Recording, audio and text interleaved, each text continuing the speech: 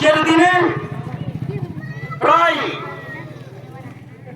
9,40,000 acre জমি এই ওয়াকফের ভারতের মুসলমানদের জমি, এটি সরকারি জমি নয়। ভালো শুনুন, আমাদের দেশে রেলওয়ের কাছে সবচাইতে বেশি জমি আছে। দ্বিতীয়, ডিফেন্সে দেশ রক্ষার জন্য পুলিশ প্রশাসনের কাছে জমি আছে। এরপরে তৃতীয় বৃহত্তম জমি হচ্ছে মুসলমানদের এই ওয়াকফের জমি। এই জমির পরিমাণ এত বেশি যে এই জমিকে চক্রান্ত করে বিক্রি করে কোটি আরবপতিদের হাতে তুলে দেওয়ার জন্য মোদী সরকার চক্রান্ত করছে। সেই জমিটার পরিমাণ এত যে ভারতবর্ষের রাজধানী দিল্লির মতন শহর যদি বসাতে চান, 3টি শহর বসানো যাবে। এত বড় জমি মুসলমানদের আছে, এটি অন্য কারো জমি নয়। সেই জমিকে ছিনে নেওয়ার জন্য বিভিন্ন কৌশল এবং চক্রান্ত গ্রহণ করছে বিজেপি সরকার। আমরা আপনাদেরকে দেখাবার জন্য এসেছি। আর যদি না দেখেন, আগামী দিনে গোলাম হয়ে থাকবেন। আমাদের ছেলেদের পরনে কাপড় নেই, ভালো জামা নেই, ভালো স্বাস্থ্য সেবা নেই, ভালো রকমের কোন সুখ সুবিধা নেই। এই সুবিধার কথা এই এমএলএ এমপিরা বলে না। তাই এসডিপিআই পার্টি সাধারণ মানুষের অধিকার লড়াইয়ের জন্য এসেছে।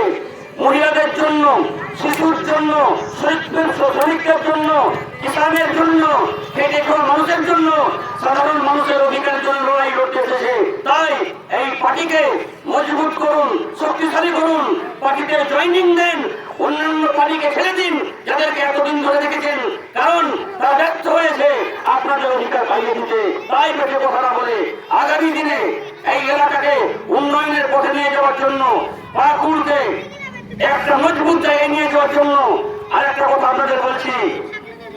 বড় বড় নেতা আসবে, কাকে বলবে মুরগি খাও, জিলেবি খাও আর দারুর বদল খাও। এই করে আপনার 5 বছরকে খরিদ করার জন্য আসবে। 5 বছর মানে হচ্ছে 1825 দিন। ভালো করে শুনেন, এই 1825 দিন 5 বছরের দাম।